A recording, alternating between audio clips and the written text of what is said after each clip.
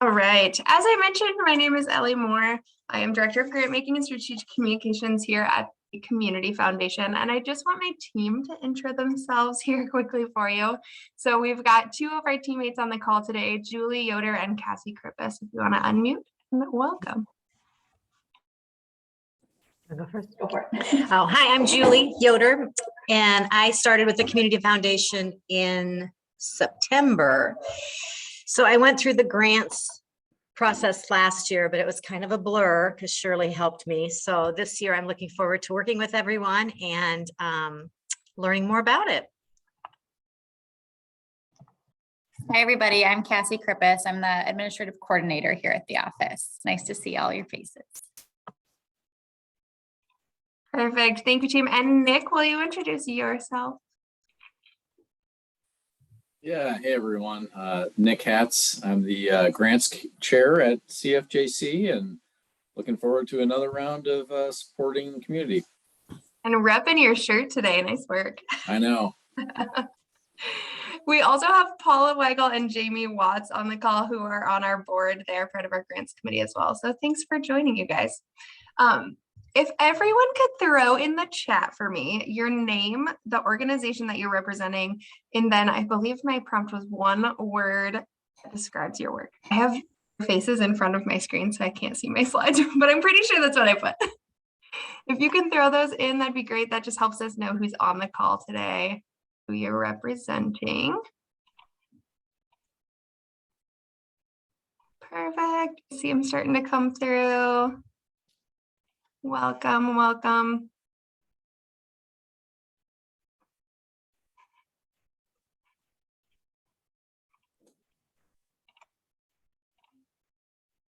Hello, teamwork.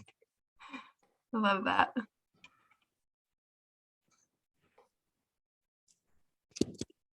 Paula, hi. All right, you guys can keep adding those in the chat as we go.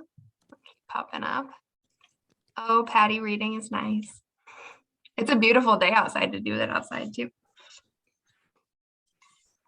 Jamie. All right, continue to pop those in the chat.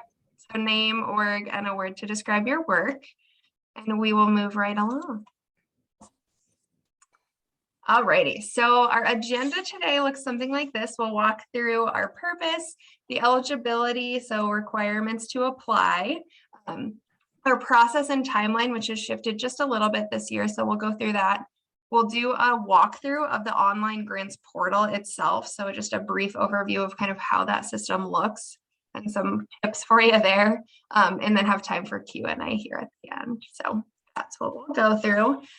Just to kind of start out, I want to make sure everyone's aware all of the information on our grants are on our website. So anything you might need, helpful tips, tricks, all the links you'll need, everything lives in our website. So that's going to be at cfjc.org, then /apply. So everything lives in that space. The other way to get to that is just through our homepage.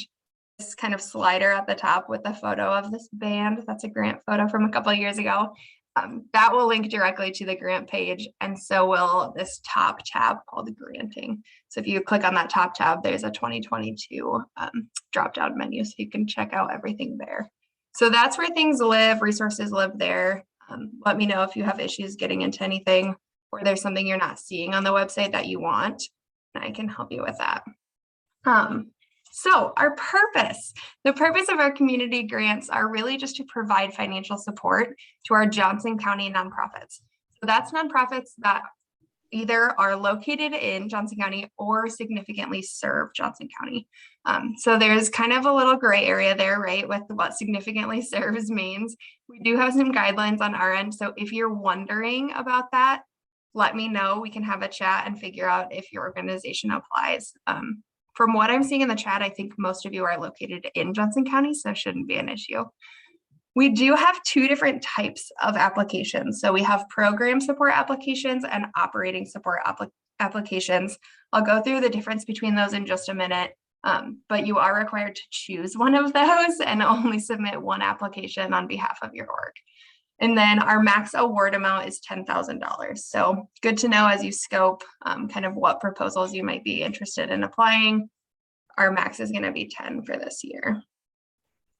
So the difference between those two program types, grant types, application types, is the program support grants are going to be based around a particular program or project of your org.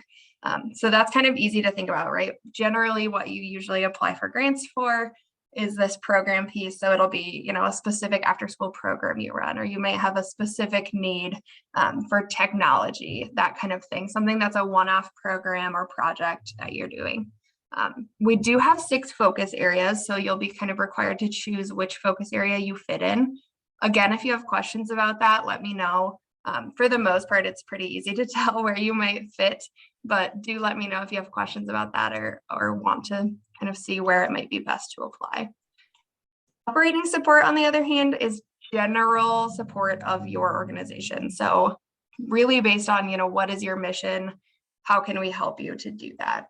So not specified. We don't need really to know exactly what it's going for. I don't need a budget of exactly you know, how many pens you're going to buy, that kind of thing. We don't need that information. We just want to provide some capacity building and operational support. So you can use that for anything you might need: payroll, rent, utilities. It's really kind of a broad, here's some support of your organization as a whole. So the applications look a little bit different, as you might imagine. They are on our website. So that place I linked before, you'll be able to see last year's applications. They will be updated for this year. So you want to go in and check those out before you actually create a user and start applying. You're welcome to do so. Right now they show last year's, which have changed like this much. So it's still going to be helpful for you to take a look. And if you're unsure which of these might fit your organization or might fit what request you're looking for, let me know. We can talk through kind of which you might choose and why. I'm happy to do that if you're wondering which choice to make there. Any questions on what the difference between program and operating support? Okay. Right, so eligibility, essentially, if you are a 501c3 recognized by the IRS organization, you are welcome to apply. We can also support government entities and some fiscal sponsor situations. So if you're unclear on whether or not you might be eligible, let me know. We can work through that. But for the most part, I think everyone on the call is a 501c3, so we shouldn't have issues with that. The other piece, as I mentioned before, you must be located in or significantly serving Johnson County. So let me know if you're in the significantly served category and want to make sure that you are eligible. My assumption, though, is that everyone on the call is. So our timeline for this year, welcome to the first thing in the timeline. We are working through our info session today and then in mid-July. So we like to have an info session again while the applications are actually open, so that if you get in and have some questions in the system or something specific jumps out, you can hop back on and answer some questions for you then in the middle of the application process as well. So that's our second grants info date. Applications will open on July 1, so we're super excited. It's coming up quick. And then they will close July 31st. So you've got the whole month of July to get those in. They're super short applications. It shouldn't take you too long to fill it out, we hope. So get those in by the 31st, and we will have our distributions happening in mid-November. We're hopeful that things continue to look great on the COVID and public health front, and we're able to meet in person and do a grant celebration in mid-November to get those checks out in person. So we'd love for that to happen, but we will kind of keep you in the loop as things go. We're kind of all in the same place, I think, with being tentative about event planning. So I'm sure you'll get some information from us as we move forward. Any questions on timeline, what that process looks like? No? Okay. So I've got 2 pieces that are new to the info session this year that I just want to share kind of generally about our process and why we grant the way that we grant. Just to kind of give you some more information about who we are and what we do. So I wanted to share our commitment to DEI grant making. We really want to be equitable in our practices. And so we have this kind of one-pager sheet we can send out to you if you're interested in learning a little more, but wanted to kind of give you an overview of why we do some of the things we do. So we have a shortened application. That's very obvious, right? It's helpful for a nonprofit to not have to spend so much time for a small amount of money. We do split our resources into 6 interest areas. So we do a whole calculation. Julie, our numbers lady, does that calculation for me. And essentially what that does is make sure we have money in each bucket to be supporting all types of organizations in our community. That also is really helpful in that we're able to support new and emerging organizations. So that's been really great. That's also the reason we limit applications to 1 per organization. So we're able to spread funding among lots of different organizations, both new and longtime community orgs. We use a community review team. So all of our grants go through a vetting process with community members who are able to help us make those funding decisions, really have a community voice in the decision-making process, which is great. We don't require matching funds and we don't use reimbursement. We've been on that side. We have a nonprofit budget ourselves. So we know how that looks. We know how hard that can be. So that's kind of why we don't do those pieces. And then I'm really excited. We're continuing to offer that operating support. We really feel like it's a great way to support our organizations as whole entities and not just kind of one-off projects. So hopefully that's a sustainable practice we'll be able to continue. Any questions on DEI and grant making, equitable practices? Perfect. So I just want to share that with you to let you know that we're thinking through those things. And if you have suggestions or feedback on the process, we're happy to listen to those things. We tweak our process every year just a little bit. So let us know if there's something you see that you'd like changed. This is just kind of an overview of what the process looks like on our end. So you know what's happening once you've hit submit. So we have these info sessions to start out. Our application's open. That process is just kind of on the external side, right? So you're just doing your applications that month. Then once they're submitted, our community reviewers really take over, make recommendations. Then it moves to our grants committee who finalizes those recommendations.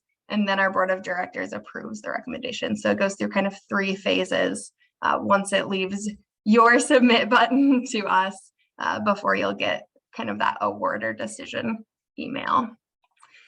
On the other side of things, one thing that's really unique about the Community Foundation of Johnson County specifically, the way that we align our donors in our grant making. So you may not know this, you may have been part of this process for a long time and not know kind of what's happening on the back end. So we wanted to make sure that we could share that with you and you know kind of what's going on. Really what we do is we try to benefit both our donors and the nonprofits. So how that works is when you apply, we also share your application or program information with fund holders from the Community Foundation who might be interested. So we have our donors tell us what they're interested in giving to, whether that's for their lifetime or just this year specifically. They might have a specific interest area. And really what we do is highlight your work, bring that to our donors and say, hey, we think this project might be great for you to fund. Are you interested? Do you like it? What do you think? So what that does for you is lets you fill out one application and be seen by multiple funding sources, which is great. It also really just helps us personalize giving and make sure that we're sharing the need, right? We know that you have great need. We can see that in the applications. Being able to share that with our donors is a great way to highlight what you're doing and also the needs, whether or not they fund through our process. Potentially that sets up connections for you in the future. So what we're doing is just trying to amplify impact and wanted to share that with you because I know sometimes you get a check and it has a different fund name or a family name on it. And it's like, how did this happen? Where did this come from? That's work we're doing on the back end to make sure that we can fund as much as possible in the community. So if you have questions about that, let me know. But just kind of a fun practice that we get to do to personalize our donors' giving and really make an impact. We're super proud of it. So let us know if you have questions on that. All right, our next kind of section is going to be the grants portal walkthrough. So if you're really familiar, you can zone out for a little bit. But this is kind of what the portal itself looks like. So all of our apps happen online. You'll kind of get it online. You'll see everything happening online. You'll submit online. You'll also see all your decisions online. So we'll send an email that lets you know whether it's been funded or not, how much, all of that. But you can log in and see both this year's and previous requests. So it's kind of a nice way to keep some continuity in what our relationship has been through grants, whether or not your staff changes, right? So to kind of help out on our website, that kind of general website page, if you scroll to the bottom, we've got all of these additional resources for you that help with this portal. So we know it's kind of confusing the first time you do it. We do have a video tutorial and a written tutorial from our grants management software. So you can check those things out if you're running into issues. We also have a frequently asked questions page there and some tips. So check those out. Also, always feel free, email, call. We can help you on our end. But those are kind of good places to look before you start. So when you go to our login page, when you hit the Apply Now button, this will pop up. And one thing I want to be sure that you're aware of is that we only have one account per EIN. So your organization has one account. That doesn't mean you can only have one user. We can have as many users as you want. So both your executive director and maybe your grants writer can have their own logins, but it has to be connected to the same account. So if you already have an organizational account, it won't let you create your own user. I have to do that on my end. So really the process there is email me and I'll get you connected and set up. But we want to make sure we don't have multiple accounts in there for the same org. Really, that's so you can go back and see previous requests, use your old application, that kind of thing, and have it all linked in the same place. So let me know if you get it'll give you an error message if you start to log in and they're like, well, we already have an account for that. So let me know if that happens and I can set one up for you. But if you are new, you'll have to create a new account if you're a new organization to our system. Super easy, essentially fill out information they're asking for in these little boxes. It's all very set up and easy for you. The biggest piece of that is what email you're using. So pay attention to what email you use because all of your decisions will come through that email. So you'll see whether or not you've received the grant through that. So be sure you're putting in an email that you'll have for quite a while. You'll also create users. So that account is for the organization, user is for whoever is using it. And like I said, we can have multiple users for one organization. So if your org already has an account, let me know. I can create new users for you. But if you're logging in for the first time, you'll have to create both the org and your user account. Again, check the email, make sure it's one that's active, that's working. It will do an email confirmation for you. So you'll be able to go in and say, yes, I got this email. I would recommend that you do that instead of continuing without checking, just because that's where all of your information goes. So if you want information on the grants decisions and the grants award celebration, all of those pieces, you'll have to have an email that works. So be careful with that. When you are logged in, so whether you have an account and you just log back in, or if you are creating a new account, this will be your home page when you log in. Essentially what happens is this little home button will always bring you back to this navigational page. So if you're ever kind of like, I don't know how I got to where I am, you can hit this home button, you'll go right back. And then the kind of different applications that are available show up in these little gray boxes. So this process called Baby Tiger Grant application would be one application process. So you'll note this year, it's going to look a little bit different. We are hosting the Iowa Women's Foundation grants through our online grants portal. So we do some admin work for them and their grants are running through this portal. So be careful when you're applying to make sure what process you're in. Make sure that it's the Community Foundation process and not one of the Iowa Women's Foundations. Unless you're eligible for that, in which case do both. But just make sure you're clicking kind of the right one. That's also where all of your grant reporting will live. So if you filled out an application in 2021 and was awarded, it will pop up there with that process and ask you So like there's a status there and it'll say your grant report is due. So you can edit and fill that out as well. So all of the process will live on your homepage. Anything you're kind of in the works of will be there. It'll also show you past awards. So your homepage is kind of your go-to spot. Once we click on edit, it will pop up our application. And again, super easy, fill in the blank. It will prompt you if you're missing something. It will prompt you if there's something that's required that's not filled out. So just make sure everything's filled out and good to go. And then be careful because there are two options at the bottom.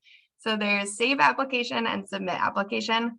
If you save, you can log out, come back in, everything should be there. It does auto save. I'm not sure the frequency. So make sure that you're hitting save before you log out, but it does do that kind of for you on the back end. So you have a little bit of lax there. It should be all right.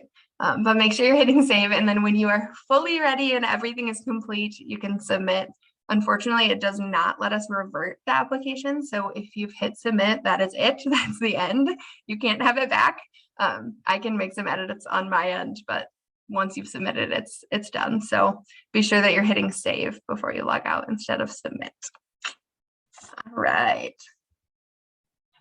Kind of my last piece for you before we get to Q&A is the resources that are available. So just so you know, all of the information from last year's applications are still up on our website as well. You can check that out. But our new page is live. We've got the timeline up. We've got the application links up. Everything should be ready for you. Again, there are written and video tutorials of the grants system itself. So if you're worried about that or you log in and it looks a little funky, you're not sure what to do, check those things out. They're there for you. Our kind of older applications, so last year's applications are there for you to take a look at if you want to do some prep beforehand. Those are up. And then all of the kind of information will be coming out through our Facebook and through our e-newsletter. So the kind of first place to check is our website and Facebook. If you're not following us, please do. And if you want to be added to our e-newsletter list, there's an option on the website, or you can just send me an email. And lastly, our staff is always welcome to answer any questions you might have. So feel free to call our office or send us an email. We will get back to you as soon as we can. That's what I've got for you. So if anyone has questions, please let me know. Otherwise, we're super excited to see your projects come in this year. It's always great to read the applications, see what's been going on. Anyone have questions? Hey, this is Roy saying this is the fastest tutorial, easiest grant application I've ever seen in my life. Oh, Roy, that's so great to hear. Oh That's my what we God, work this is for. so, yeah, I just was like, okay, we're gonna have to sit through this and know how to do this. And this was just, you did a great job. Thanks, Ellie. Well, thank you. Thank you. Thank you. Yes, we Yes. try so